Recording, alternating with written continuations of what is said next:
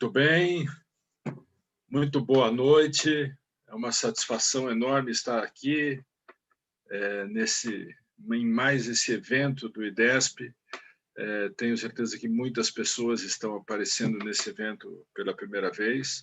O IDESP, o Instituto de Desenvolvimento da Experiência, é uma instituição que congrega profissionais, todos com muita experiência na área industrial, na área acadêmica. A gente brinca que, somados os sócios do IDESP, nós já temos alguns séculos de experiência profissional, e hoje a gente está tendo a honra e a satisfação de receber um parceiro nosso, que é o Vlamir Garcia. Acho que é dos maiores especialistas no Brasil de governança, risco e compliance para esse nosso webinar. Então, em nome do IDESP, eu dou as boas-vindas a todos e já passo a bola para o Vlamir e o João Batista, que vão conduzir essa apresentação sobre esse conteúdo extremamente valorizado e necessário nos dias de hoje. Vamos conceder depois essa webinar, ficará gravada no nosso canal do YouTube, e a gente manda o link junto depois, junto com a avaliação. Eu não quero tomar o tempo de vocês, eu sei que todos estamos já no final de um dia de trabalho, não é? Então, mas queria de verdade expressar a nossa alegria em estar aqui com vocês e colocar à nossa disposição, à vossa disposição, a nossa instituição. Enfim, no final da noite farei um anúncio, uma pequena surpresa para os interessados nesse assunto de governança, risco e compliance. Não percam, fiquem até o final, e no final, então, eu anuncio. Nesse momento, passo a palavra para o Vlamir e para o João Batista. Muito obrigado. É com você, Vlamir.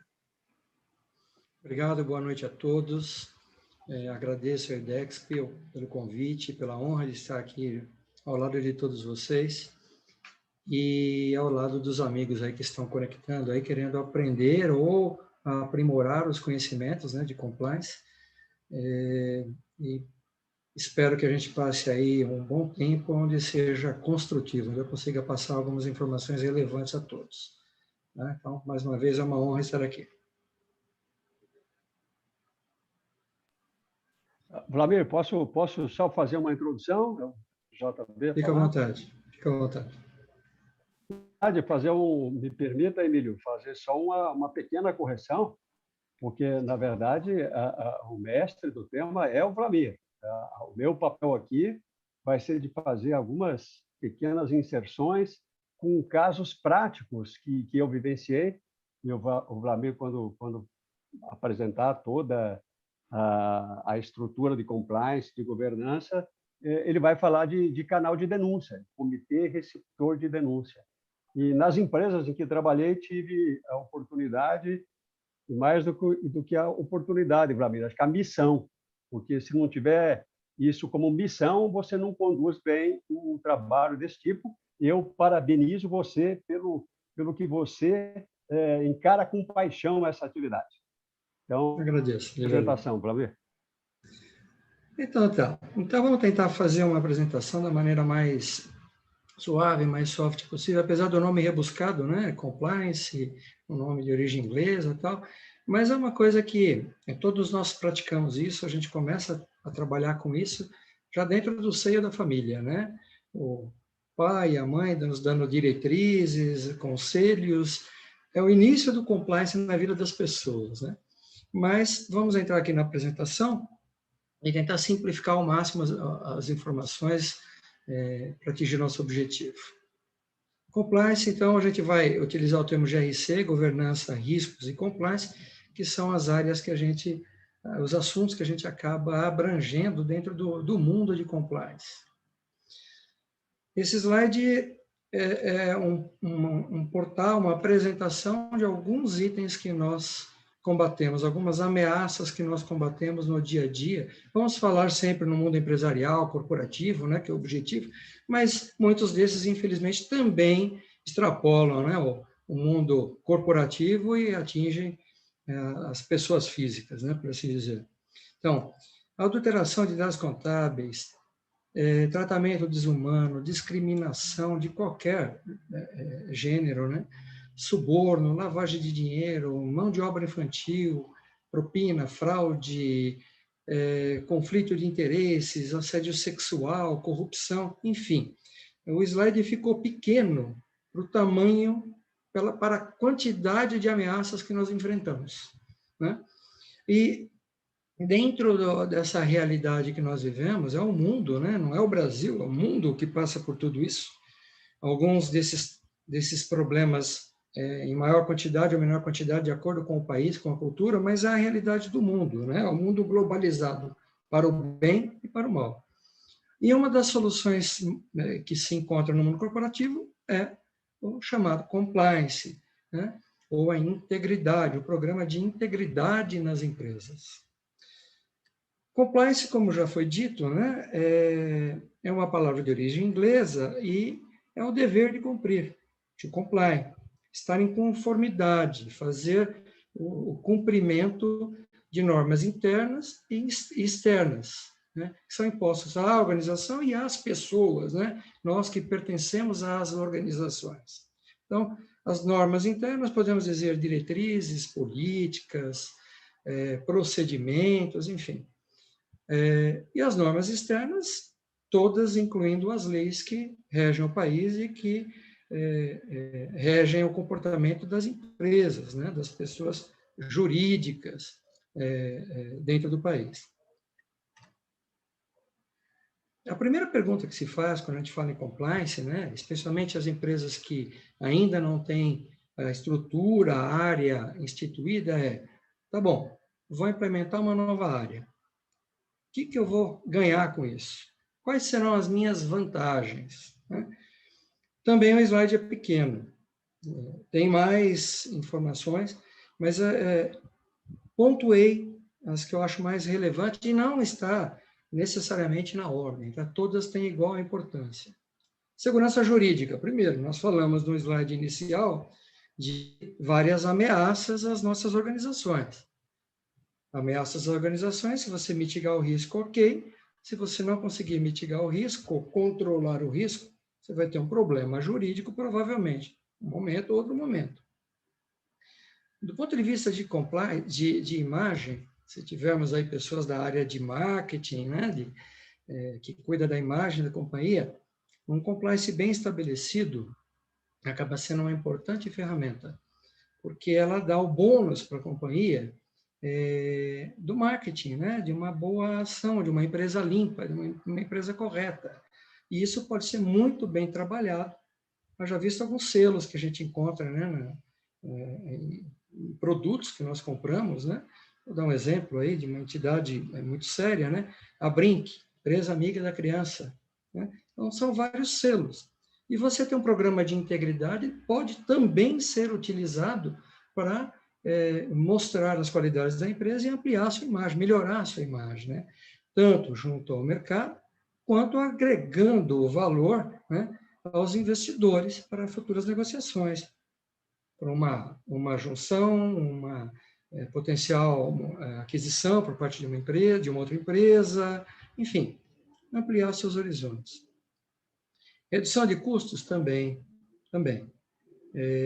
Se você comete menos erros, você reduz custos.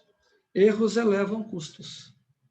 Naturalmente, colocando uma estrutura de compliance, que haja controles internos, que é uma das ferramentas utilizadas, dentre as outras, né, e nós veremos adiante, nós conseguimos reduzir custos também.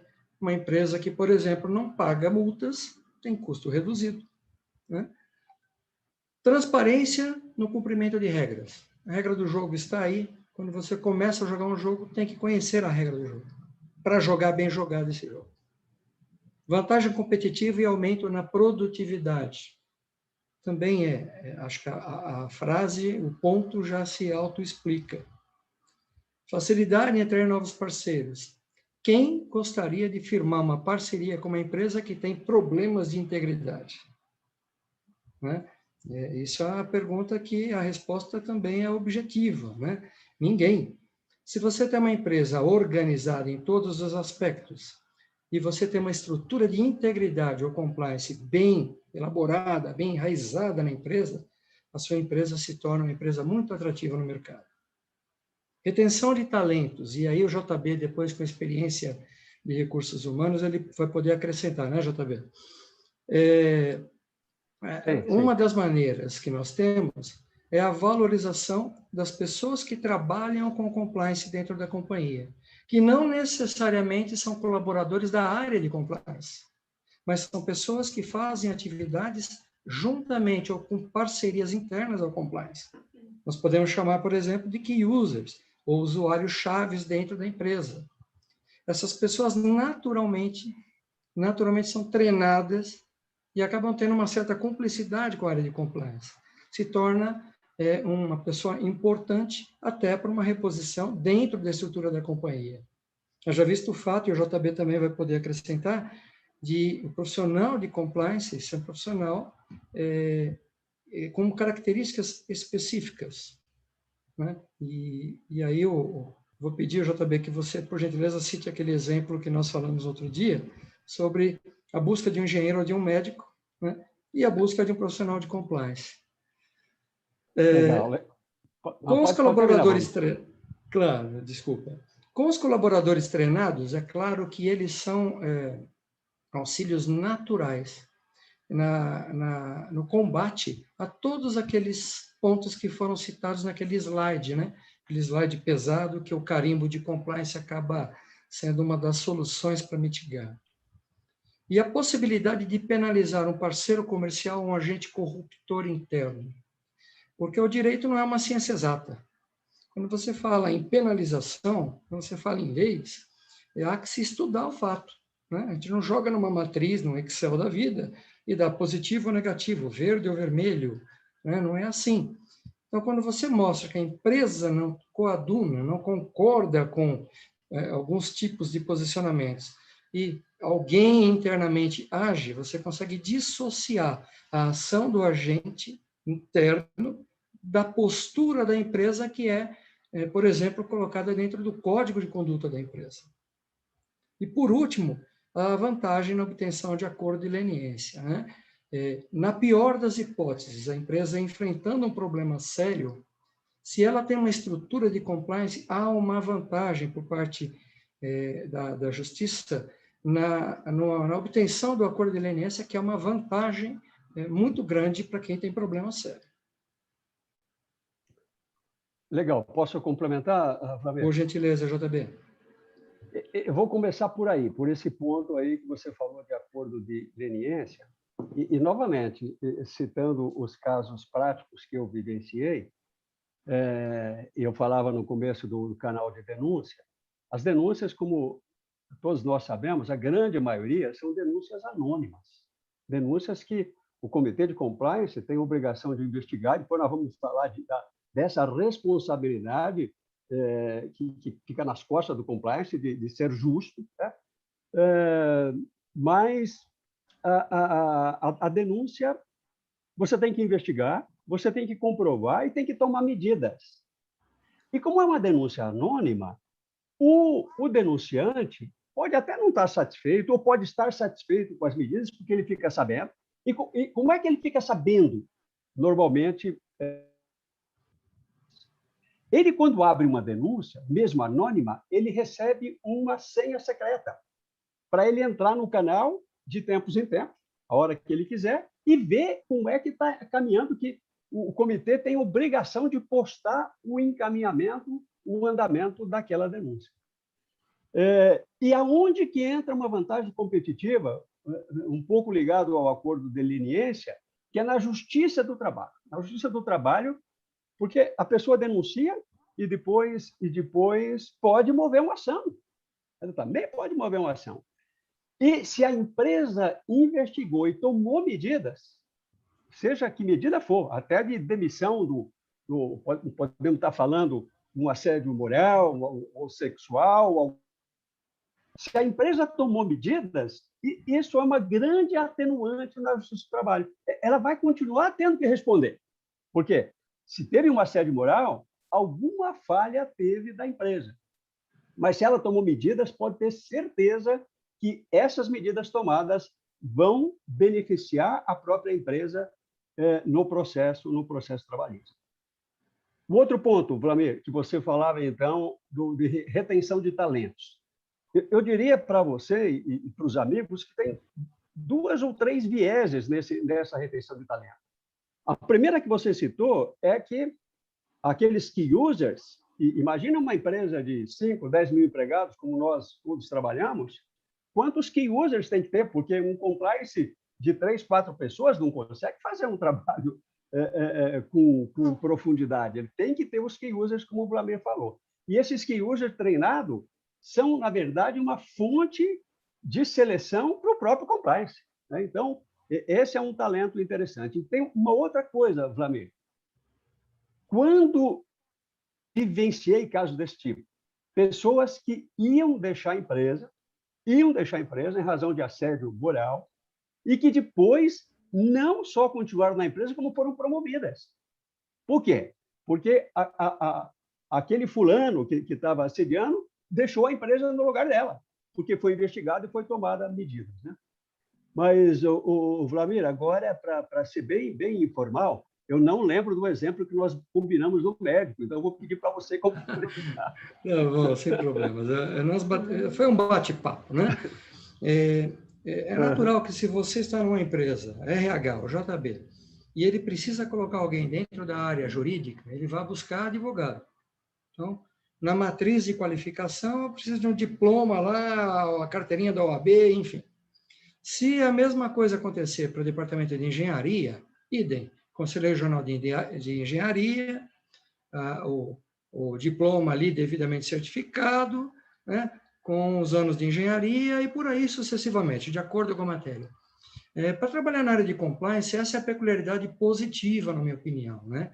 Ela é uma área democrática em todos os aspectos, né? Ela prega o direito, a igualdade, e ela é igual, né? Todas as pessoas são benquistas, né? Todos os profissionais são benquistos. Eu trabalhei em algumas empresas, às vezes com o nome de GRC, outras vezes com o nome de procedimentos corporativos, outras vezes com OIM, mas, na essência, a mão de obra que enriquece o compliance, quando você cria a área de compliance, você pode criar de 2 formas. A mais natural é a que a gente presencia quando vai fazer treinamentos aí em diversas escolas de negócios, entidades aí. A maioria esmagadora das pessoas que estão buscando entrar na área de compliance são formados em direito.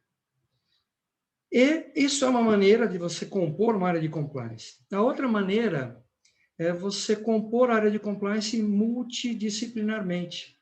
Então, você tem uma pessoa da área de direito, você tem uma pessoa da área de engenharia, uma pessoa da área de finanças, que é extremamente importante, uma pessoa oriunda da auditoria interna. Talvez tenha um pouco mais de trabalho no começo para ensinar a falar a mesma língua, tá? Mas o conhecimento agregado anterior dessas pessoas vai fazer um compliance muito mais forte do que pessoas que só estão... Eu tenho formação jurídica, mas de pessoas que só vieram da área jurídica. Entendam só, por favor. Não quero desmerecer, até porque, como eu falei, tenho formação nisso, em direito. Mas essa riqueza, por exemplo, na hora de fazer uma análise de riscos da área de qualidade, você é um oriundo de qualidade, ela é sui generis. A mesma coisa na área de finanças, e por aí vai, né? Então, foi isso que nós batemos um papo ali, foi tão informal que passou, mas é exatamente isso, tá? E quando o JB também fala sobre atenuar na justiça do trabalho, é a chamada dosimetria. O direito não é uma ciência exata, e por não ser uma ciência exata, não é tudo ou nada. De acordo com o conjunto probatório, com o conjunto de informações, o juiz pode estipular de tanto a tanto. É normal vocês verem em crimes grandes, né? De 3 anos a 6 anos de prisão, tal. É a chamada dosimetria, é o bom senso. Então, isso se aplica também na situação nos problemas maiores acontecendo dentro da empresa, como, por exemplo, os exemplos, como, por exemplo, o que o JB disse aí há minutos atrás. Tá bom, JB? Podemos continuar? Sim, vamos em frente, Vlamir. Vamos em frente. Esse exemplo é um exemplo antigo que eu tenho, isso foi pego de uma revista famosíssima, a revista Forbes, foi um estudo aí há alguns anos, onde ela colocou empresas que são padrões globais de integridade ou de tratamento com compliance, né?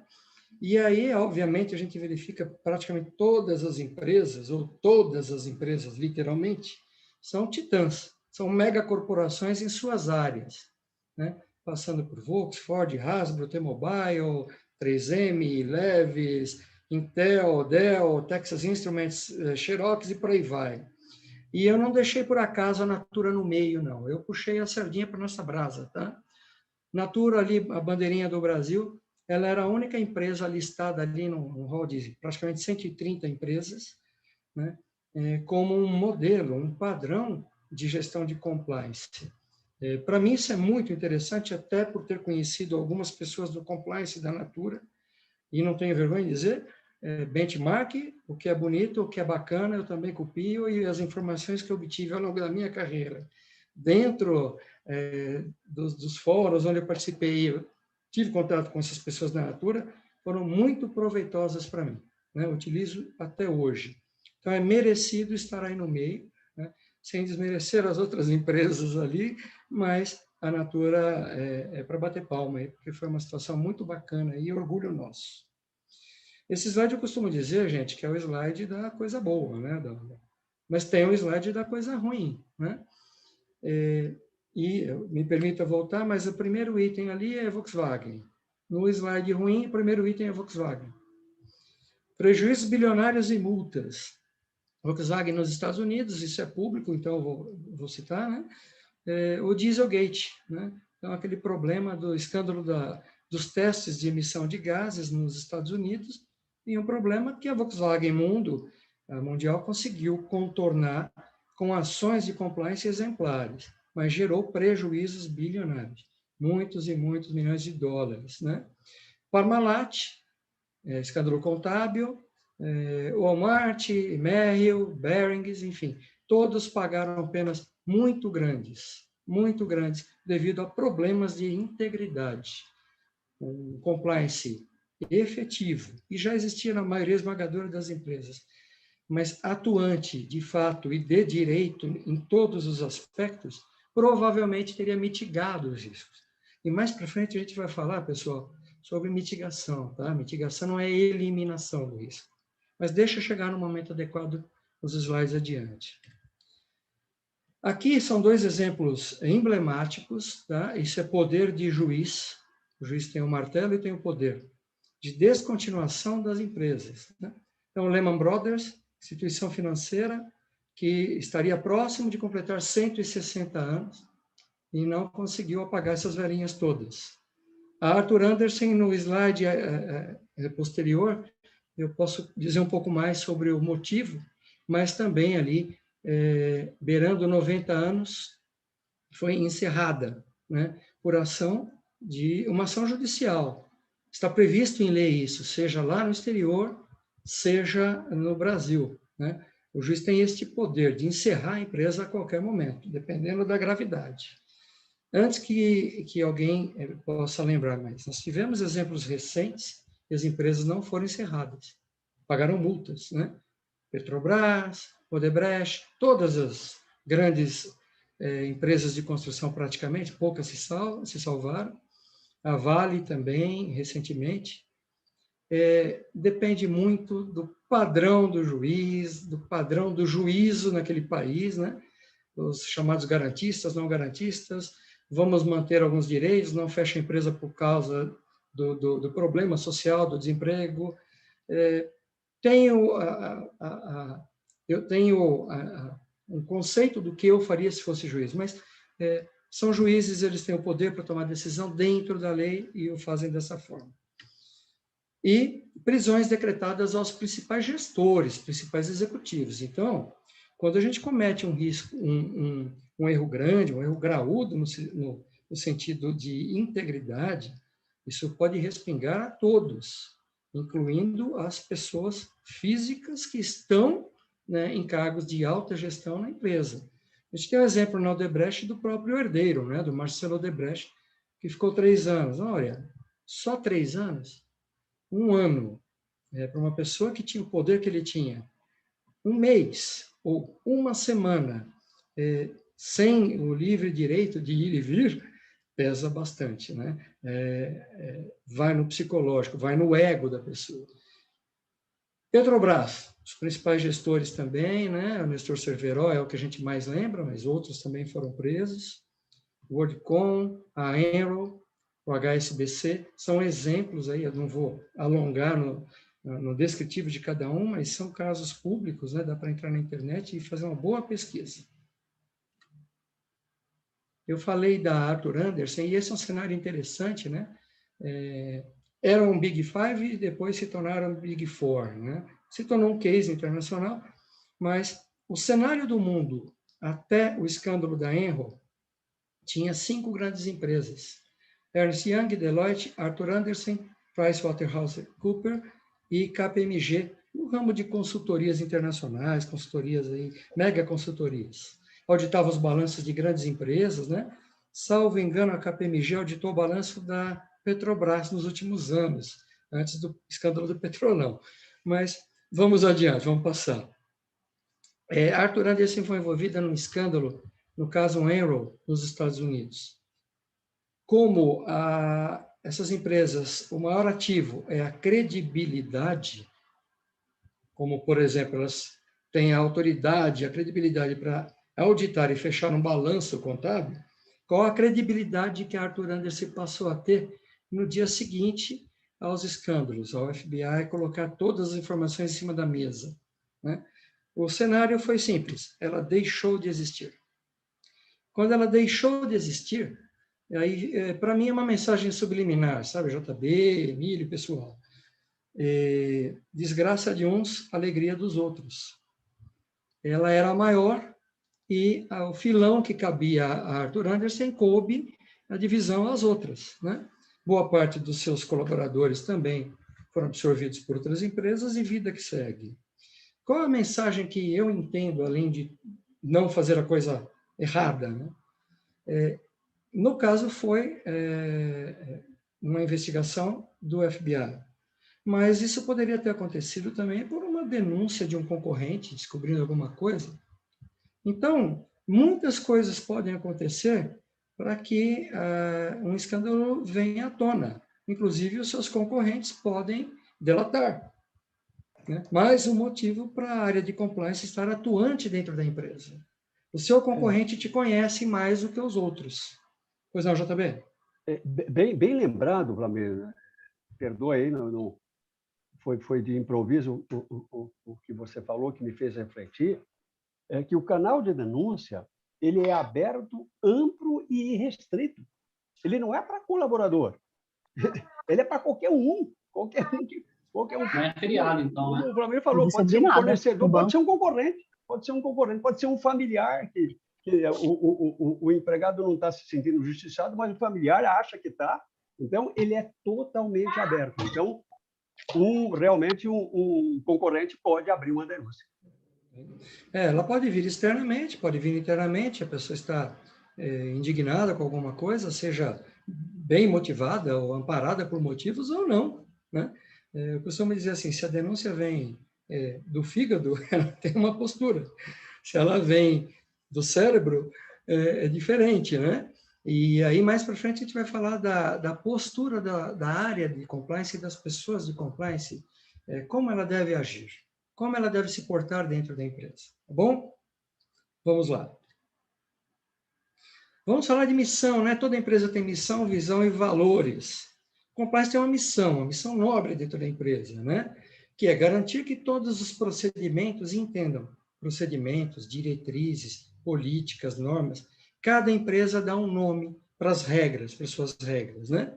Às vezes as qualificam, colocam hierarquia entre as regras, mas são regras da empresa. Então, garantir que todos os procedimentos realizados pelos empregados estejam de acordo com os regulamentos internos e também com as leis externas à empresa. E criar e disseminar o programa de compliance para garantir que todos os detalhes que compõem o processo de trabalho do dia a dia tenham sido previstos e, portanto, orientado ao código de conduta. código de conduta é a nossa meta, é o nosso horizonte, né? É onde devemos procurar, é o comportamento da empresa. Para as pessoas que querem implementar uma cultura de compliance ou de integridade na empresa, existe uma norma ISO, tá? A maioria das pessoas já ouviu falar em ISO 9001, ISO 14001, ISO 27001, enfim, em normas ISO. A área de compliance tem uma norma ISO, que é a gestão de compliance, que é 19.600, né? Antes que perguntem sobre aonde certificar e como certificar, não há certificação. Ela é um template, ela é um modelo extremamente objetivo, de fácil entendimento. Então, procure adquirir a versão da norma ISO 19.600, fazer uma fácil leitura. Tá? Me permita, pessoal, vou fazer uma propaganda de um instituto. Né? Não estava combinado isso, mas eu vou fazer uma propaganda, que é o Instituto Brasileiro de Governança Corporativa, que é o IBGC. Ele tem uma página na internet com muitas publicações abertas, em PDF, gratuitas. Auxilia e muito na implementação da área de compliance na empresa. Tá bom? Tudo isso com base na 19.600. Lá no começo da 19.600 está a missão dela, né? Então, esta norma visa o atendimento a todas as obrigações de compliance da organização, definidas como requisitos... Guarda o meu Lourinho. Abriu o microfone da Bárbara. Definidas como requisitos a que a organização tem que cumprir ou que decide cumprir. Por que decide cumprir? Porque não é uma lei, você não é obrigado a cumprir, você não é obrigado a ter na 19.600. Ela nem é certificável, mas você decide ir atrás disso, né? É um bom modelo. Eu gosto de fazer essa analogia aqui, também antiga minha, sobre o input, né? A entrada, o processamento e a saída, né? Então, com base na norma 19.600, e quando se fala em norma, todas as normas ISO modernas, né, elas têm um anexo SL, que se chama, que é uma estrutura. Então, o item 7.4 é comunicação na 19.600, é comunicação na 9.001, é comunicação na 37.001 e assim sucessivamente. Tá? Então, no item 7.4, a entrada, o input do compliance na organização é a comunicação, seja geral, interna ou externa. Olha, empresas que fazem relacionamento com a minha empresa, colaboradores internos, enfim, todos. Implementamos a área de compliance, implementamos a gestão de riscos, estamos fazendo treinamento comportamental, estamos fazendo treinamento anti-assédio moral, enfim, é comunicação. Isso aqui é a digestão do processo de compliance, ele bate muito na palavrinha risco, né? Porque tudo que a gente combate nesse mundo de compliance são riscos, né? Que podem gerar um dano grande para a empresa. E aí, de novo, a gente volta à nomenclatura da norma. Então, os itens 4.1 e 4.2, a gente estabelece, como qualquer norma ISO, o contexto dentro da organização, o contexto da norma na organização. Nos itens 4.5 e 4.6 é o processo de avaliação de compliance propriamente dito.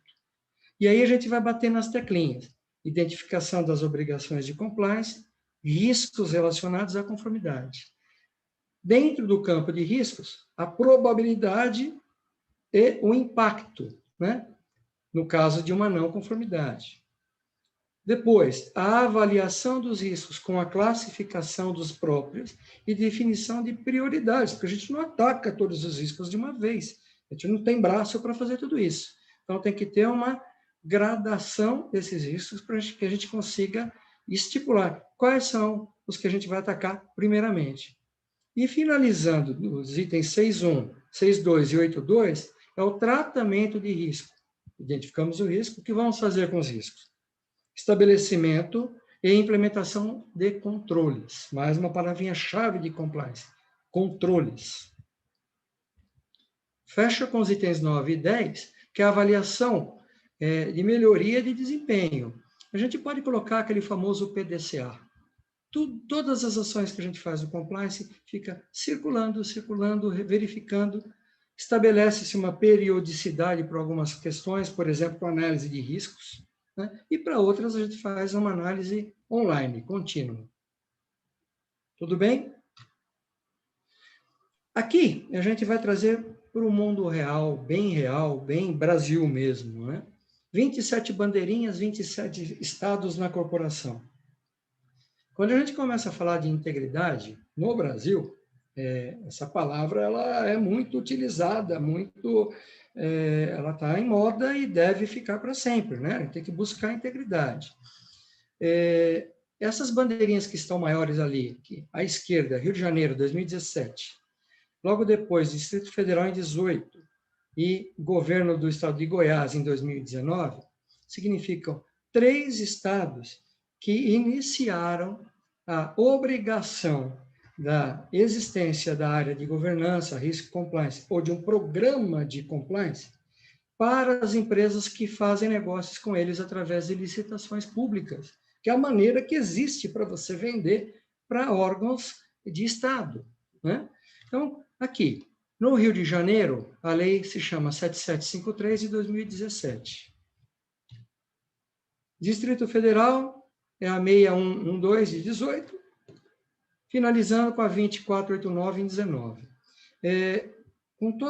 Me permitam voltar, eu esperava com toda sinceridade, nesse slide aqui, que a bandeira do Rio de Janeiro fosse a primeira, por tudo que a gente já viu, pelo histórico de governadores e de governantes presos ali, com transitado em julgado, inclusive. Distrito Federal, talvez os negócios não sejam grandes do ponto de vista de licitação, mas as decisões estão lá. Então, tudo bem. Eu esperava muito que o Estado de São Paulo fosse o terceiro, né? Foi Goiás. Mas, para mim, todas as outras bandeirinhas, inevitavelmente, terão que fazer uma lei de integridade para suas negociações com entes privados. Para mim, não tem como escapar. Peculiaridade, cada lei dessa tem peculiaridades. Por exemplo, o que eles verificam, qual é o foco? De tanto a tanto no contrato, seja em reais, seja em tempo de prestação de serviço ou outros itens.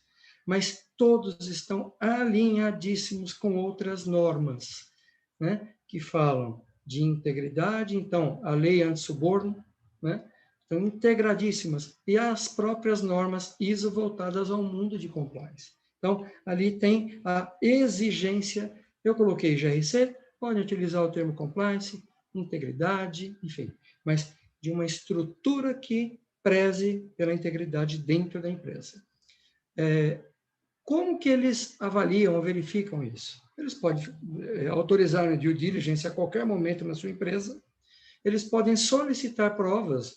Você tem conjunto de normas, você tem a gestão dos seus riscos são determinadas, tem código de conduta, e isso já acontece entre empresas privadas, viu, JB?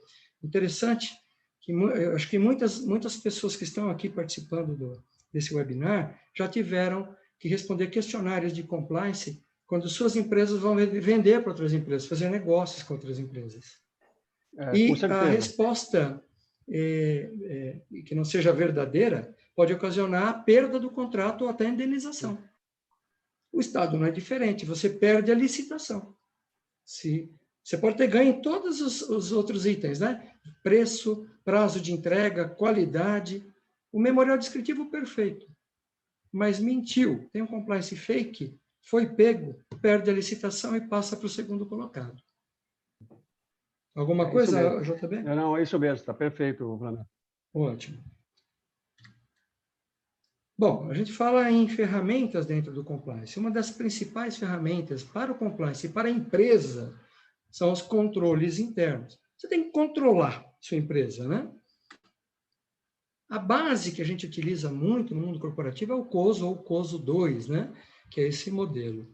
Mas eu vou puxar essa sardinha, pessoal, para a minha brasa, tá? Então, na parte superior ali, a parte de cima, item 1, categorias de objetivos, olha ali a nossa área estipulada como uma das 4, conformidade.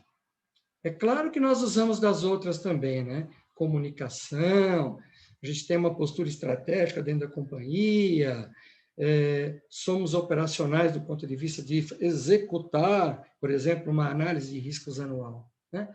Mas estamos ali na conformidade. E aí, amarrando a conformidade ao item frontal ali, né, que seria o item 3, né, o frontal, a gente tem alguns exemplos à esquerda do slide nas ações. Então, em conformidade, falando em ambiente interno, o que nós fazemos? Nós implementamos de bate-pronto e compliance um código de conduta na empresa. É uma maneira de começar o compliance e uma ação de conformidade dentro do ambiente interno. E aí, linha a linha, nós vamos passar fixação de objetivos, mapa estratégico, né? O que eu quero, onde eu quero chegar, um mapa estratégico da companhia. Né? Identificação, avaliação, resposta a riscos. Então, nós mapeamos sazonalmente, com uma frequência, normalmente de 1 ano, tem empresa que faz a cada 2 anos, ou até prazos menores, uma análise área a área dos principais riscos, dos riscos que levam a operação, que poderiam levar a operação à bancarrota, à quebra, tá certo? Não os pequenos riscos, isso depois a gente fala. Atividades de controle, comitês, comitê de GRC, comitê de riscos, comitês de controles internos. Informações e comunicações, diversos relatórios, relatórios financeiros, relatórios com base em KPIs ou KPIs, né? Monitoramentos, sistemas de gestão, sistema de gestão da qualidade, sistema de gestão ambiental, enfim, os sistemas que nutrem a companhia, informação. E ali do lado direito, a terceira face do cubo visual ali, é a integração organizacional. E ali a gente tem todas as aplicações a depender do padrão da empresa, do tamanho da estrutura, da pirâmide da empresa. Mas o compliance atua em todas as linhas. Subsidiária, unidade de negócio, divisão, nível da organização, enfim, ele atua em todos os segmentos, todas as subdivisões da empresa. Bom, quando a gente fala do compliance mais controles internos, a gente diz que deve se amparar... Pois não, JB? Posso fazer um complemento no slide anterior? Sua participação é importantíssima, pode falar. Eu brinco que é um caso prático tão bobo que todas as empresas têm, que é a questão das horas extras, né? Não só hora extra, porque a legislação trabalhista, como a gente sabe, é tão complexa. E no passado, a empresa, para poder ser multada ou para poder ser pega por uma infração, dependia do fiscal ir lá, pedir as folha-ponto, e aí quem conhece essa área sabe muito bem como é que funciona. Hoje em dia, com o e-social e com a modernidade da internet, etc., o fiscal fica sabendo lá do escritório dele que a empresa X está descumprindo hora extra. Por que eu estou falando isso? Porque numa das empresas em que trabalhei, a gente, em razão disso, depois até que veio a questão do e-social, etc., a gente implementou em razão do controle interno. O controle interno é que identificou isso e aí a gente fez um plano de ação e implementou. Eram 3 ações ligadas a quem fazia mais de 10 horas de trabalho, porque mais de 10 horas é proibido por lei, você tem que fazer no máximo 8 horas normais e 2 extras.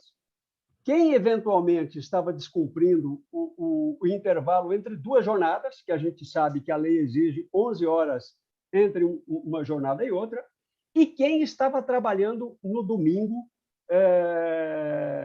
sem autorização, porque a lei também proíbe, infelizmente, a não ser que haja um acordo específico, o trabalho aos domingos e feriados. Então, o que nós fizemos, orientado pelo controle interno, fizemos um plano de ação e implementamos. Nós fizemos um reporte para cada diretor, era nominal, a gente não copiava os outros demais diretores, copiava o diretor de RH e o presidente da empresa, com o pessoal dele, nominal, que naquele mês fez mais de 10 horas. Se era 3, se era 4, se era 5, se era 10, e mandava para ele para que ele tomasse providências. Com isso, a gente começou a criar, então, um processo de segmento, um processo de acompanhamento, e eu acompanhei isso porque eu que encaminhava esses e-mails para os diretores, e a gente criava um gráfico para mostrar que estava tendo diminuição nesses casos. Porque quem trabalha em empresa grande, sabe o quanto é difícil essa questão de hora extra, né? E nós, além desse processo de controle que a gente começou a utilizar, nós também utilizamos um sistema que, quando o colaborador estava próximo das 10 horas, tipo, ele entrou 8 horas da manhã, deu 18, 18h30, ele não saiu, disparava um WhatsApp no e-mail do gestor. A gente até queria mandar no e-mail do colaborador, para falar a verdade, viu, Flavio? Mas o jurídico não deixou. Então, nós disparamos no e-mail do gestor, falou, o seu colaborador, fulano de tal, está próximo de atingir 10 horas. Favor, tomar as providências. Então, para mostrar que o controle interno é muito importante e com coisas bobas, porque, vamos lá, hora extra. Quem conhece sabe, pode dar uma multa estrondorosa, mas pode também fechar a empresa. O Ministério Público do Trabalho pode ir na empresa por repetição de horas extras indevidas e pode fechar a empresa. Você imagina o impacto disso no resultado de uma empresa. Então, eu queria complementar com esse exemplo. Tá? Eu agradeço, JB. Inclusive, adicionando informação, né? Quando a gente faz a faculdade de Direito, você é obrigado a fazer os famigerados estágios obrigatórios, né? Mesmo que esteja trabalhando em qualquer empresa, você é obrigado a ir em alguns órgãos, né? E nós que estamos aqui em São Paulo, nós temos que ir ali na Consolação, no Ministério do Trabalho, né? E ali, quando, na minha vez de fazer esses relatórios de estágio, o delegado, aliás, bem simpático, até um oriental, ele me atendeu muito bem, tá? Falou, Vlamir, você trabalha na empresa tal, né? Eu falei, trabalho, uma mega corporação. Você sabe como que a gente age? Não põe no papel, mas sabe como a gente age? Uma empresa desse tamanho tem tanta causa trabalhista que a gente não manda ali um fiscal. Eu vou lá com o computador, peço uma salinha, provavelmente dentro do RH ali, né, JB? É isso uma mesmo. Salinha, me arranja uma salinha ali. Né? É isso mesmo. Me dá uma conexão ali, um Wi-Fi agora, né? Na época não, me dá uma conexão de rede, e ele fica ali uma jornada, uma temporada, uma semana, 20 dias, um mês, tal. 2 meses. Sabe que ele não está saindo para uma pescaria com uma varinha, ele está saindo com tarrafa, né? Para quem gosta de pescar, não é o meu caso, né? Mas ele sai ele sabe que vai pegar muita coisa. Então, é natural que isso ocorra. E aí, a gente falou num slide anterior, lá atrás, que nós aumentaríamos o lucro da empresa. Justamente, você não pode não aumentar o lucro, mas você diminui os prejuízos, que por tabela é produto mais barato para o seu consumidor final lá, né? Ele não vai pagar multas e incompetências, insuficiências ao longo do processo. Você tem que passar ou repassar, né, como diz, né? Mas Isso aí, Valeu. Legal. Então, a gente está falando ali que o compliance deve se amparar em pontos importantes de controles internos. E aí eu exemplifico também alguns sem maior ou menor importância. Todos são importantes e ainda caberiam outros, tá? Assegurar a existência da chamada segregação de funções. Em países latinos, isso é extremamente importante, porque nós somos amistosos naturalmente, né? Então, a segregação de função, muitas vezes até não por querer, mas ela pode acontecer. A pessoa chega e tem acesso aos dois lados da informação. Bom, quem planeja não executa e quem executa não controla. JB, eu costumo dizer assim, quem joga futebol, você bate escanteio e corre para cabecear? Não. Ou melhor, você joga a bola e ainda é o juiz do seu próprio jogo? Não. Quem compra não deve pagar, certo? É essa a jogada. Isso protege a empresa. E as empresas, cada atividade de cada área deve ser, quando você passa para a próxima área não deve aceitar. Como eu recebo uma encomenda aí, comprei no Mercado Livre, no eBay, eu verifico se tudo está certo. Se não está certo, eu devolvo. Ou peço indenização. O seu trabalho também. Então, o próximo fiscaliza o anterior. Mapear processos. Isso não é importante para a compliance, isso é importante para a empresa inteira, para a área de TI, quem trabalha em TI. Mapeamento de processos é a primeira pergunta, tem ou não tem? Se tem, ótimo, se não tem, tem que fazer. Organograma. ter o organograma, mas ter revisado e divulgado. E preferencialmente, me perdoe a brincadeira, pessoal, quem é mais antigo sabe do Denorex, parece que é, mas não é, no shampoo, né? Não ter o parece que é, mas não é. Aí é um problema que caía muito ali para o meu amigo JB e para os colegas dele do jurídico da própria empresa, jurídico trabalhista, né? Quadro de aprovações. O que se aprova, de quanto até quanto, a partir disso sobe o nível e assim sucessivamente. E uma aprovação de uma área e uma outra aprovação da outra. Naturalmente, da primeira área é de quem pede, um gestor da área que pede. E qual seria a outra? Altamente recomendável que seja finanças. Você está falando em ativos, em finanças, em dinheiro, finanças. A gente já tem segregação de funções por tabela. Muito bacana isso. Definição de cargos e responsabilidades dos colaboradores. Isso é para tudo também, né, JB? Cada colaborador deve saber o que deve ser feito, quais são as suas funções, até também para evitar risco trabalhista. E risco trabalhista é um dos riscos apontados dentro de compliance, portanto, também é compliance. Estabelecer uma estratégia corporativa, um mapa estratégico ou balance scorecard, como muitas empresas têm. Padronizar e documentar processos. A gente falou em norma ISO. Norma ISO é estandarização, é padronização. Os processos podem e devem ser estandarizados. Ah, mas a minha empresa é muito grande e o procedimento de despesa de viagem, em determinada base minha, não pode ser executado dessa forma. Tem peculiaridade. Toda regra tem exceções e, para isso, a gente tem que analisar caso a caso, dentro da estrutura de compliance e integridade. Implementar indicadores de performance, uma ferramenta extremamente importante, também não é base só para compliance, é base para tudo na empresa, os KPIs, ou KPIs. E manter atualizados os chamados manuais de procedimentos. Pior do que não ter uma norma interna é ter uma norma interna desatualizada. Ela gera mais danos, às vezes, à empresa. Por isso, uma circularização também na revisão. Estabelecer uma periodicidade a cada 1, 2, 3 anos. Rever as normas. E também deixar aberto esse canal para as áreas que, a qualquer momento, quando o processo mudar, quando houver necessidade, startar a área de compliance para fazer a nova análise, a nova alteração do procedimento. Independente de ele ter sido republicado há 2 meses. O processo mudou, tem que mudar a regra do jogo. Tá certo? Vlamir, certíssimo, e um complemento aí nessa parte de segregação de funções e na parte de KPIs, que é um processo interno de toda a empresa, e eu passei por isso nas empresas que trabalhei, que é folha de pagamento. Folha de pagamento, quem aprova não é a pessoa que faz a folha. Tá? E nas empresas que eu trabalhei, além disso, era aprovado por mim, que eu não fazia, e por alguém de finanças. Eram 2 pessoas que aprovavam. E nós tínhamos um KPI mensal, que todo mês era auditado por uma outra pessoa.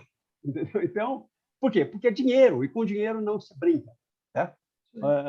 Dinheiro não pode ter nada que tenha alguma possibilidade de ter coisa errada. Né? É claro, é a rastreabilidade, é compliance. Literalmente, vocês faziam o correto pelo compliance. Né? Mais que compliance, fizeram controles internos que se aplicam, no caso, aos indexadores de compliance. Muito bem. Antes de implementar uma cultura de controles internos, o que a gente deve observar na empresa? A gente deve entender o escopo do trabalho, verificar eu sempre vou bater na tecla principais processos, e não todos os processos. Nós não temos braços. Uma corporação, uma entidade é grande, ela tem muitas divisões, subdivisões. Então, a gente ataca primeiro os principais processos, depois os processos secundários, e assim sucessivamente. Dependendo do grau de maturidade que a sua empresa estiver, você vai depurando mais esse ataque. Eu falei anteriormente em key users, então, realizar reuniões com pessoas-chave ou key users para conhecer os processos, mapear processos, elaborar fluxos e guardar os registros relevantes. Porque nós, do compliance, não conhecemos tudo em todas as áreas. Então, nós precisamos desse expertise, desse conhecimento das pessoas que são as proprietárias das áreas, dos conhecimentos nas áreas. Então, precisamos tirar dessas pessoas. Aí enriquece muito o profissional de compliance. Ele acaba sendo zagueiro, meio de campo, atacante e goleiro. Tá? A avaliação. Após as etapas anteriores, a gente não baixa a guarda nunca. Então, você tem que verificar os controles que já existem e determinar quais são os próximos passos. Porque o controle pode ser bom, perfeito, passou. Segundo, é um bom controle, mas pode melhorar. Terceiro, o controle é ruim, às vezes não vale o retrabalho. Faço um novo controle. Quarto, não tenho controle. Né? Então, a gente tem que ter muita cultura empresarial, sistêmica, para poder analisar isso, juntamente com as pessoas da área, que são os caras do expertise lá dentro. E aí a gente pula para a gestão de riscos. Eu gosto desse slide porque ali o piloto do barquinho está vendo ali uma pequena margem de gelo e depois um iceberg, né? Mas olha o tamanho da bronca que tem ali embaixo, né? Não quis colocar o Titanic porque não achei que o exemplo seria meio dantesco, tá? Mas é assim que a gente tem que analisar realmente, né? Então, a empresa ela tem uma importância social. Dentro do mundo corporativo, a gente fala partes interessadas ou stakeholders. Né? Essas partes interessadas ou stakeholders, elas podem ser internas. Empregados, né? Nós dependemos ali do dia 15, dia 30, dia 5, dia 25, enfim. Nós dependemos dos nossos vencimentos para poder avançar nas nossas vidas. Os gestores que dependem de bons resultados para se manterem dentro da empresa e como empregados também para obterem seu resultado. E os proprietários, quando a empresa tem uma propriedade, ou os acionistas, enfim, quem põe dinheiro na empresa, né, que obviamente que é uma empresa sadia e dando resultados. As partes externas não faltam, viu? São várias, né? Primeiro, fornecedores precisam da empresa estar com saúde para estar comprando o produto deles, os serviços deles. Sociedade, as empresas pagam impostos, mas antes de tudo, as empresas geram empregos na sua região, né? E, então, ela tem uma importância social. Governos, a gente fala de impostos propriamente dito, né? O governo, seja municipal, estadual, federal, precisa de impostos para tocar a máquina. Não vamos falar de como eles tocam a máquina, mas a fonte vem de impostos, de taxas também. Credores. Os credores emprestaram dinheiro para avanço, para crescimento da empresa, um BNDES, um banco privado, enfim. Precisa que a empresa retorne o dinheiro, né? E os juros ali, enfim, que tenha algum retorno. Parceiros, é simples, né? Parceria você quer fazer com quem esteja bem. Não é diferente com uma empresa. E as empresas que não são limitadas, que são SAs, os acionistas. Estão comprando a cota ali, as açõezinhas, e ali eles são um pouco donos, proprietários. Eles querem que a empresa esteja dando um retorno, que esteja sadia. Esse próximo slide é bem interessante, eu chamo de muro de riscos. Né? Então, a análise dos riscos na empresa, isso aqui é com base nos principais itens da norma 31.000, que é a ISO, que fala de gestão de riscos. A gente vai ver adiante. Tá? Então, cada tijolinho desse tem uma palavrinha-chave, que eu vou passar já no próximo slide, procurar ser mais rápido, para não ser cansativo, tá? Tentar reduzir isso aqui. Mas a gestão, a análise de riscos deve ser integrada. Né? A gestão de riscos é parte integrante de todas as atividades organizacionais. Risco tem em qualquer área, em qualquer processo. Não existe processo sem risco. Processo sem risco é processo que deixou de existir, que morreu. Deve ser estruturada e abrangente a análise de risco. Abordagem dentro de toda a estrutura da companhia e contribui a resultados consistentes e comparáveis, né, quando ela é feita desta forma. Personalizada. A estrutura e o processo de gestão de riscos são personalizados e proporcionais aos contextos externos e externos da organização relacionados aos seus objetivos. Inclusiva. O envolvimento apropriado e oportuno das partes interessadas, isso é texto da norma ISO, tá? Ipsis literis. possibilita que seus conhecimentos, pontos de vista e percepções sejam considerados. Isto resulta em melhor conscientização e gestão de riscos fundamentada. Dinâmica. Não preciso dizer, a gestão de riscos tem que ser dinâmica. Por quê? Porque os riscos podem emergir, mudar ou desaparecer à medida que os contextos externos e externos mudam, alteram-se. Vou dar um exemplo muito claro, JB. Até 10 anos atrás, quem poderia colocar numa gestão de riscos, seja empresa, onde for, a perda numa moeda virtual, um Bitcoin? Nem existia. É um risco novo. Agora, pandemia, um risco de uma pandemia deste tamanho. Trabalho com gestão de riscos há mais de 20 anos. A gente sempre prevê algum tipo de coisa, mas desse jeito é tão inusitado que a última vez que aconteceu foi em 1918. 1918, há mais de 100 anos, com a gripe espanhola. Ou seja, não dava para prever nesse tamanho, nessa monta. Né? Prover da melhor informação disponível. É claro, se eu vou chegar numa área para fazer gestão de riscos, é um sigilo natural, como se fosse um advogado e o cliente, ou o padre e quem está fazendo a confissão. Né? Eu preciso ter acesso às informações mais profundas lá na sua área, JB, de RH, para poder analisar riscos. E eu tenho que ter ética, um compromisso que eu não vá abrir essas informações, como a gente vai ver adiante. Fatores humanos e culturais. Quem trabalha em multinacional sabe. O que não é risco no Brasil pode ser risco num país muçulmano, por exemplo. E vice-versa. Um risco de outro país pode não ser considerado risco aqui. Até em direito penal, existem crimes ou tipificações que são crimes num país e não são no outro. E países ocidentais. Melhoria contínua. Pois não? Vladimir, posso fazer uma parte de novo? Desculpe. Fica à vontade. Nessa parte de fator humano e cultural, o Alan, que eu não sei se ele está com a gente aí, é um expert.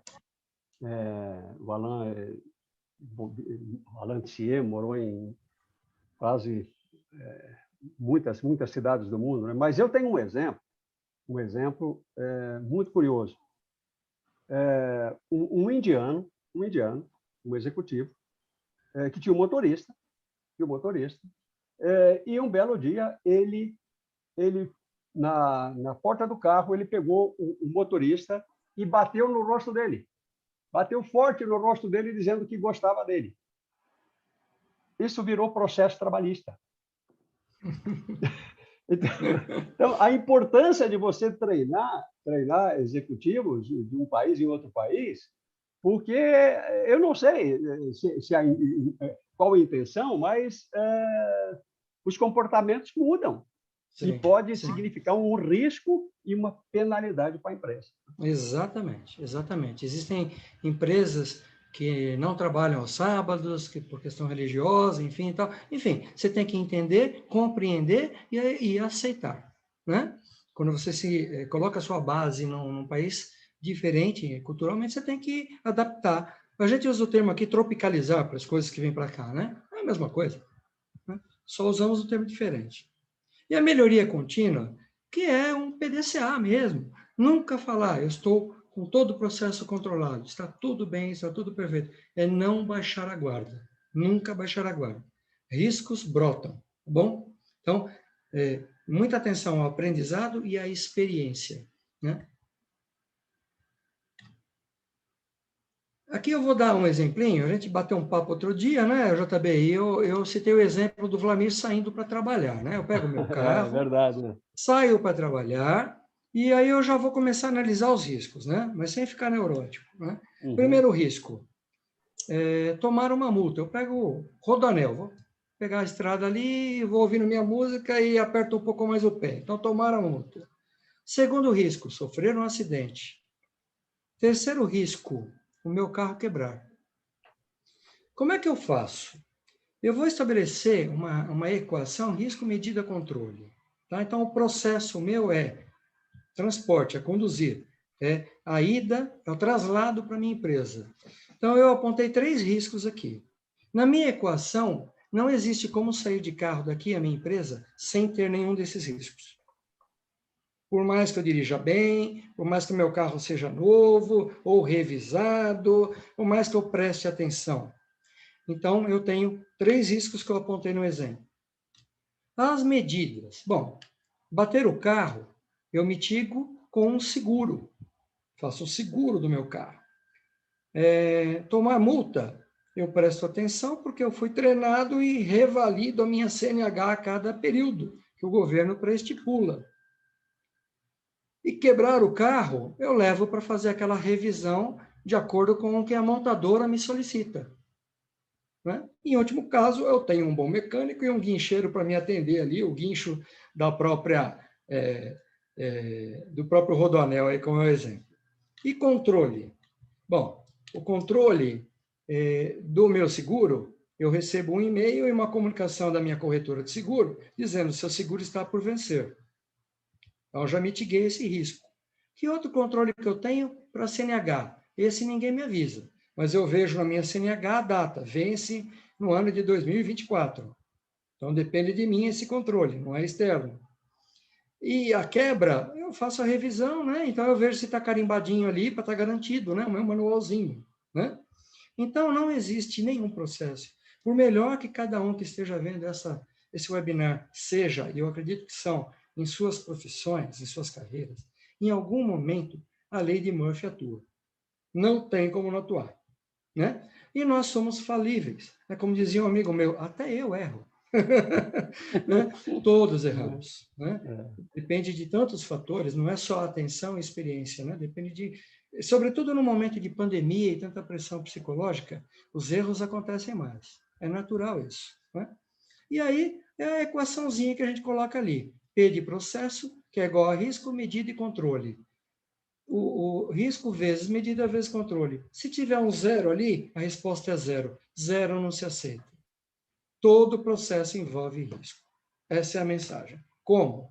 Através de mitigações, evitando ao máximo e transferindo o risco, no caso do seguro que eu falei, né, quando possível. Bom, já que eu falei em transferir risco, vamos falar como é que a gente trata risco. Né? Academicamente é assim que vocês vão ler qualquer livro. Né? Então, a gente evita ou impede. No mundo real, como eu brinco, você raramente evita, zera, porque os processos são factíveis de riscos, né? De materialização dos riscos, como se usa em compliance. Né? Então, um risco, nesse caso, seria evitado completamente. Bom, para lembrar de alguma coisa, eu coloquei que a empresa deixa de se instalar em determinadas regiões por conta de riscos de desastres naturais. Eu não coloco a empresa Vlamir limitada ali, transações financeiras limitadas, eu não vou colocar em Brumadinho, na parte inferior, aquelas 30, 40 barreiras que tem lá, barragens que tem lá. Eu não vou colocar, porque aconteceu uma vez e, pelo que eu vi, tem muita ação a ser feita para mitigar os riscos das outras quase 30 que tem na região ali. Então, eu não coloco. O risco do desastre igual ao Brumadinho, eu não corro. Eu mitiguei esse risco. Eu evitei o risco, melhor dizendo. Reduzir ou mitigar é o que mais acontece. Então, o risco é reduzido através das tais medidas de controle. Controles internos e controles. Então, a identificação e ou estabelecimento de novos fornecedores, por exemplo, para reduzir dependência. Aquele famoso single source, o fornecedor único, a empresa depende dele. Tentamos desenvolver outros para que você não fique na mão de um único fornecedor. Pronto, mitiguei o risco. Transferir o risco. Eu citei o exemplo do seguro. Quando o meu carro é roubado ou batido, é sinistrado, eu transfiro o risco para a companhia seguradora. Né? Então, o seguro do meu carro, ele materializou no risco, mas quem vai pagar não é o Vlamir, é a seguradora, Porto Seguro, enfim, qualquer seguradora. E aceitar é uma análise custo-benefício, desde que não envolva integridade e imagem da companhia. Tá? O risco é muito pequeno na probabilidade de acontecer, quanto no prejuízo financeiro. Vale a pena? Não vale. Verificamos junto ao compliance também? Sim. Então, vamos conviver com esse risco. Faz parte. Não existe nada sem risco. Quem decide isso sobre risco? É claro que o compliance dá seus pitacos, fala. Mas quem decide, que é o chamado alinhamento à disponibilidade, né? Então, a organização deve considerar até que ponto os eventos em potencial possam impactar os riscos. Né? E quem vai determinar isso? É o alinhamento à disponibilidade do risco e estratégia a ser adotada. Quem deve fazer isso? São os administradores. Eles vão dizer até que ponto eu terei apetite ao risco. Muito comum no mercado financeiro. Quer ganhar mais? Corre mais risco. Quer correr pouco risco? Vai ganhar menos. Esse apetite ao risco, quem vai determinar é a direção, a alta direção, com os suportes das áreas. Bom, quando a gente faz isso da maneira correta, você fortalece as decisões e as respostas aos riscos. Então, o gerenciamento de riscos vai possibilitar que você identifique e trate o risco da melhor maneira possível, com base no slide anterior, com aquelas 4 alternativas. Por último, ele reduz surpresas e prejuízos operacionais. Eu gosto de dizer sempre, JB, que risco, vou usar exemplo de jornalista antigo, tá? Antigamente, o repórter entrava e falava, fulano corre risco de vida. Risco de vida eu quero correr para sempre. O que eu não quero correr é risco de morte. É verdade. Tá? Agora, o risco ele pode ser positivo também. Tá? Então, se você trabalha numa empresa de segurança, quanto mais violento é o país, ou se seu país, como os Estados Unidos, né, vez ou outra entra em algum conflito mundial, a indústria armamentista, a indústria bélica norte-americana, corre um risco positivo de ter que fazer mais produção. Então, é um risco. Consigo ou não consigo fazer essa produção? Atinjo ou não? É um risco. Mas ele é positivo. Eu quero correr esse risco. Tudo bem? Sim, vamos lá. Classificação acadêmica de riscos. Riscos estratégicos e riscos funcionais. Alguns exemplos de estratégico. Os riscos lá do JB, recursos humanos. Já falou alguns, né, JB? Sim, sim. Riscos de estratégias comerciais. Que estratégia vou adotar? Lembra do apetite ao risco? Ponho mais dinheiro, ponho menos dinheiro, ponho esse produto, não ponho esse produto. Risco de expansão, vou ampliando os braços da corporação e perco a mão. Né? Isso é muito comum com quem é empreendedor. Né? Ele abre um negócio, dá certo, e ele abre outros negócios e ele tem olhos para aqueles que estão abaixo dele. Né? Só que ele não consegue ter olhos para todos ao mesmo tempo. Então, ele perde a mão. Riscos de qualidade, riscos de inovação. Você tenta colocar um produto novo, um carro novo no mercado, e não cai no agrado, no gosto popular, apesar de todas as pesquisas. Riscos de novos projetos, produtos, alianças, estratégias. Faço aliança com uma empresa maravilhosa, Odebrecht. Em 2010 fiz essa aliança. A bomba estourou depois. Riscos funcionais, riscos de controles corporativos, riscos de operações, riscos de vendas, todos correm. Financeiros, não tem como não correr. Variação cambial. Regulatórios, vem uma nova taxa, um novo imposto. E deu ruim. Riscos de tecnologia de informação, esses, então, surgem em progressão aritmética e a correção em geométrica e a correção em aritmética. Isso, trabalhei na área de TI, é assim que funciona. Danos à imagem. Eu costumo ler a parte de baixo, porque a de cima, gente, com toda sinceridade, é autoexplicativo. Né? Warren Buffett ele é um mega investidor, para quem não conhece, e norte-americano, e ele diz, perca dinheiro da empresa ou da firma e eu serei compreensivo. Perca uma migalha de sua reputação ou da reputação da firma e eu serei impiedoso. Falamos de imagem. E aqui é aquele iceberg que nós vimos e como nós devemos tratar tudo isso. Então, de baixo para cima, existe um processo, analisa o risco bruto. Trato como? Com uma auditoria interna ou externa, com ações preventivas de compliance, não vamos esperar a coisa acontecer, e com sistemas de controles internos. Feito isso, trato do risco líquido, evitando, aceitando, reduzindo, transferindo, como a gente colocou no slide. E o risco residual, ele existe, não tem que ser feito. Está acima da linha d'água, tem que ser visto. Existe uma norma ISO também, que é a 31.000, muito amigável. Tem 2 anexos ali, que é o IEC 31.010, Técnicas de Avaliação e Gestão de Riscos, e o Guia 73, que é um dicionário que você vai utilizar para identificação dos riscos. O vocabulário. Então, a norma te dá brinde, ela te dá um dicionário. Isso é risco ou não é risco? Leia esse dicionário. É muito amigável. passando pelo mesmo template, o mesmo padrão da outra. Item 5.2, comunicação. A mesma coisa, estabelece o contexto, identifica o risco, analisa o risco, avalia e trata o risco. E monitora, porque risco é um bichinho que ele vai crescendo. Quando você tira os olhos, ele volta a crescer. É erva daninha. Fechando o entendimento das 3 letrinhas G, R, C, a gente pode passar que são 3 elementos que responsáveis por definir como os gestores trabalham as políticas internas da empresa e quais são as estratégias para expandir a atuação econômica do negócio. Então, governança é o conjunto de práticas que regulam como a empresa é gerenciada e controlada. Governança pode levar no intuitivo, a governanta de uma mansão. Não é diferente, né? Gestão de riscos, avaliação e prevenção de eventos que impactam negativamente os negócios. Compliance, conformidade, estar de acordo com normas internas e externas. Treinar e fazer consultorias dentro das suas empresas.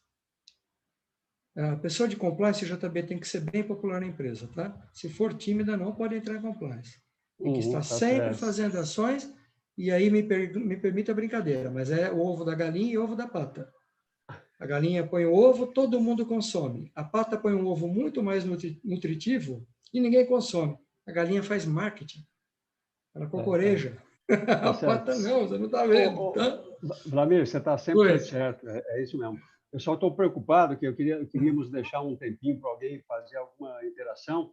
Como é que está aí? O que está faltando aí? Já estamos finalizando agora. Tá? Que bom. Controles internos, que é o mapeamento de processos, foco em estabelecer políticas e procedimentos. Tem a norma 37.000, que é a única certificável da família, que é anti-suborno. Né? Essa tem que chamar uma empresa acreditada para poder implementar na sua empresa. Né? E procedimentos corporativos. Tá? Implementação de normas, de políticas, procedimentos, que são vários exemplos, de verdade. São as normas que regram a sua empresa. Para RH, para qualidade, para o que for. Tá? Eu fiz um slide rápido de dicas. Eu prefiro que a gente pare aqui, porque é o último slide. Né? Depois disso tem três filmes que eu indico, e tem o famoso obrigado, né?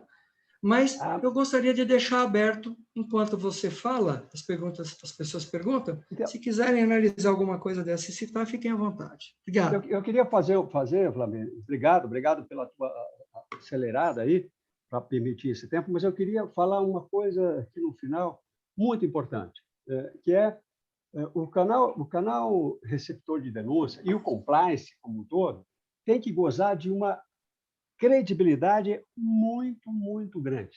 Muito, muito grande.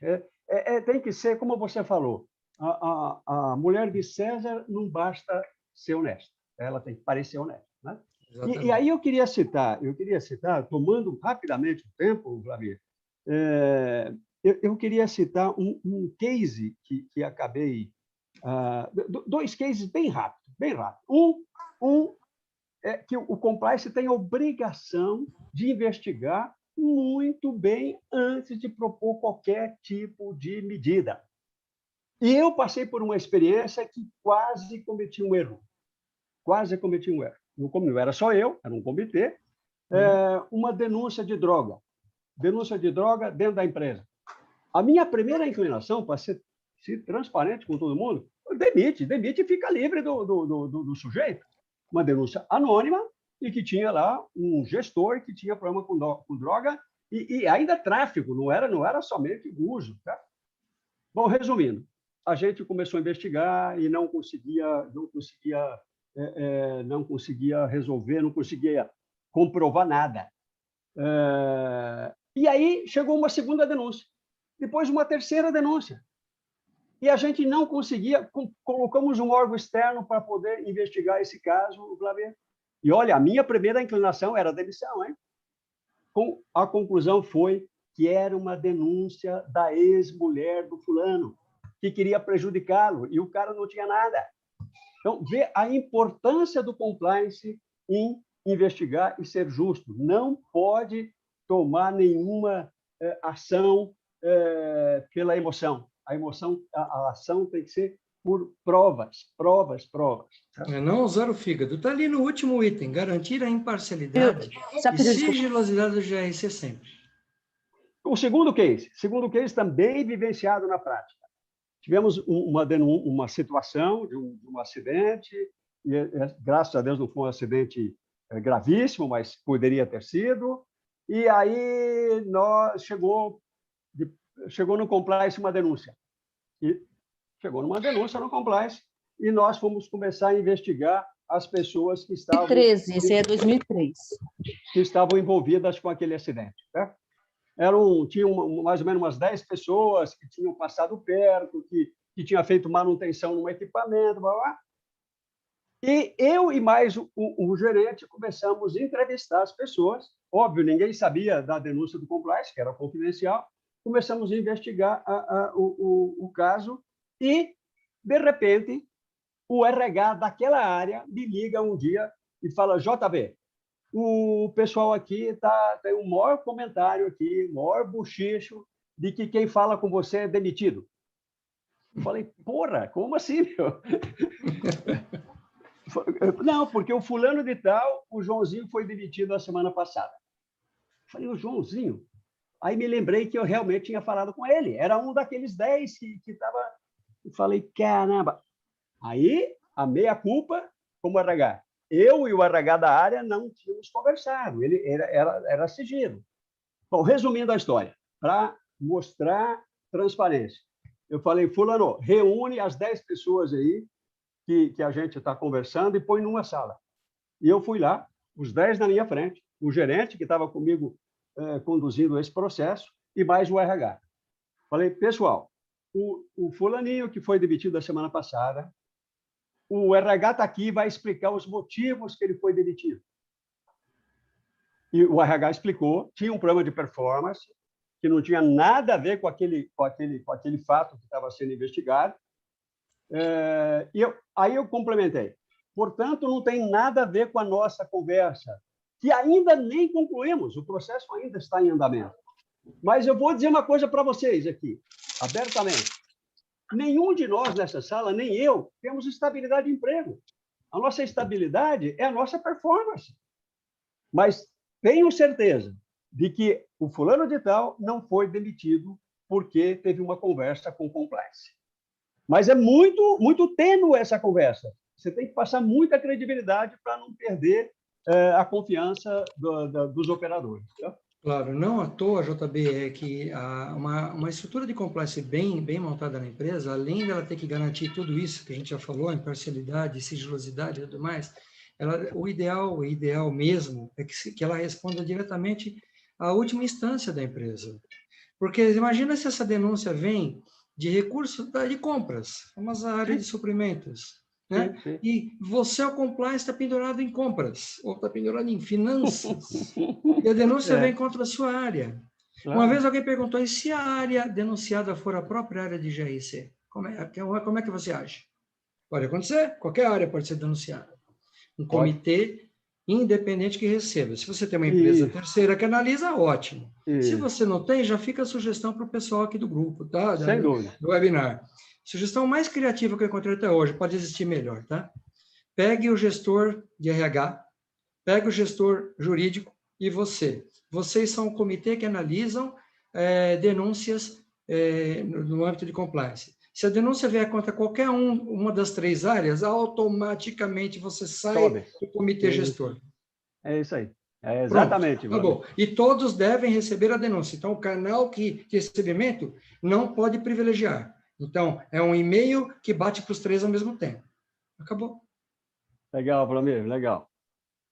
Por último, gente, aqui, ó, terminando, e aí você fica à vontade, JB, esses 3 filmes, são legal. mas são extremamente legais para quem quer entrar no mundo de compliance, tá? Então, tem o filme A Fraude. Tive certa dificuldade para achei na livraria Saraiva da Avenida Paulista com Augusta. Enron, os mais espertos da sala, creio que ainda deva estar em algum desses canais por stream, e a grande aposta é que esse é mais recente. Todos mostram falhas graves de controles internos e de compliance. Desculpa, bati o dedo. Tá? Então, são bem legais aí. Quem quiser anotar, vale a dica.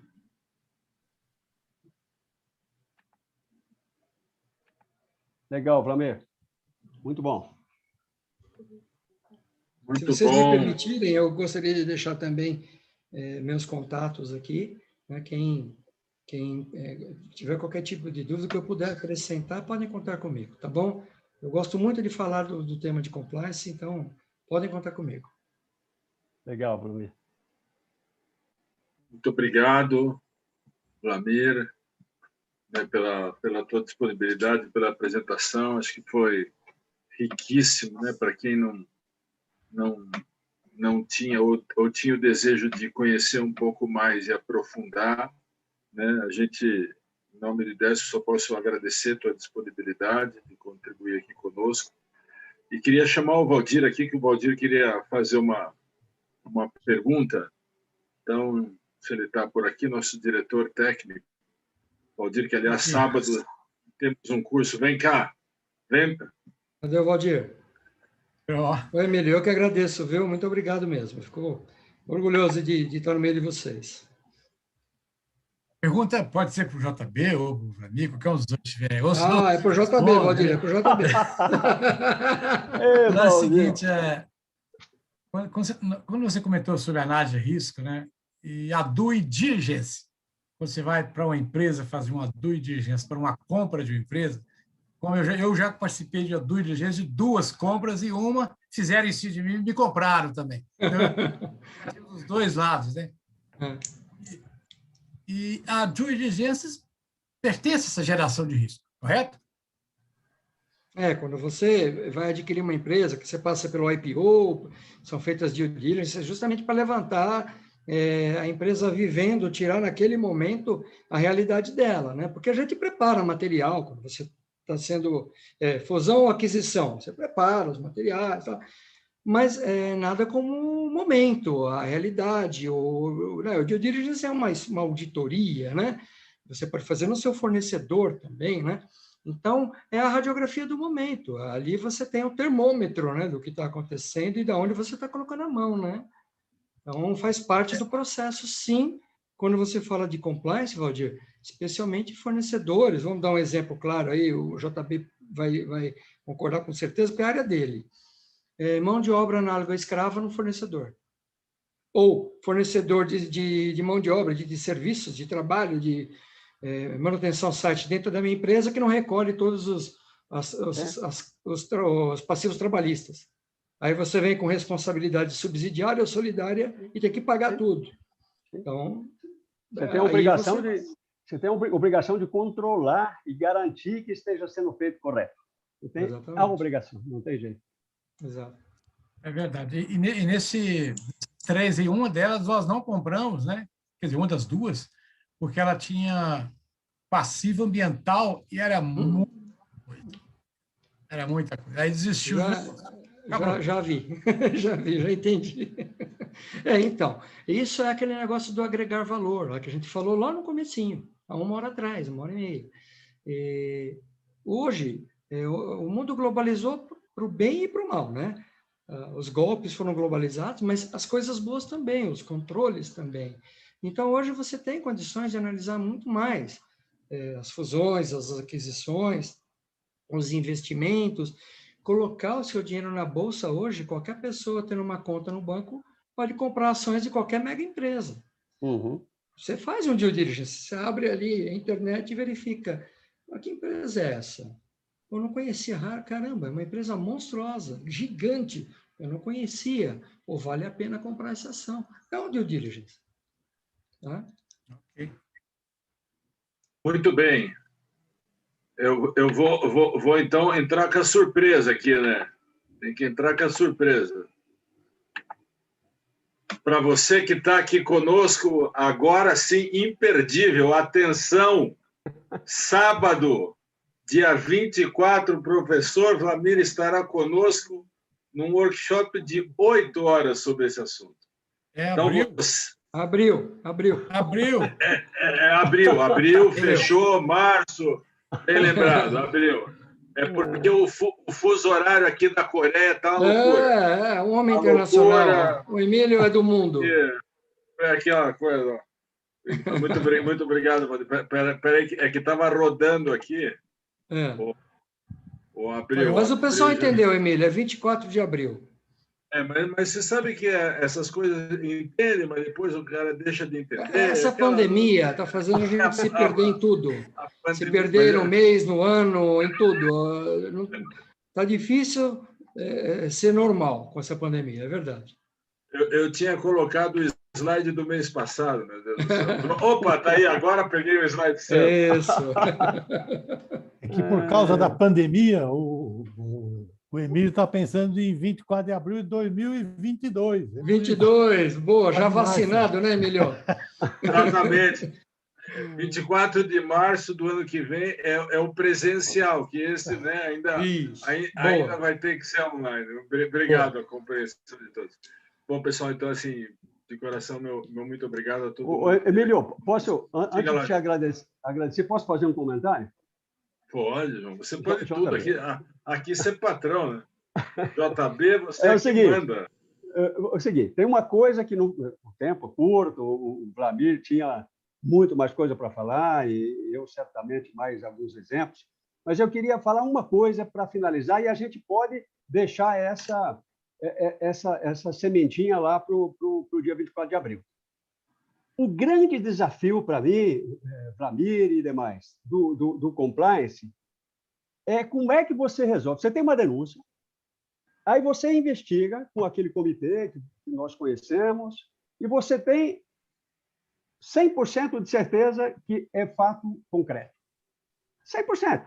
Você tem evidências, só que o jurídico não concorda, e aí, me perdoe se tem algum advogado aqui, uma demissão por justa causa, por N razões, porque a demissão por justa causa tem que ter XYZ de comprovação perante, porque pode perder. E aí, como é que você resolve essa parada? Eu não vou responder, fica lá para o dia 24 de abril, tá bom?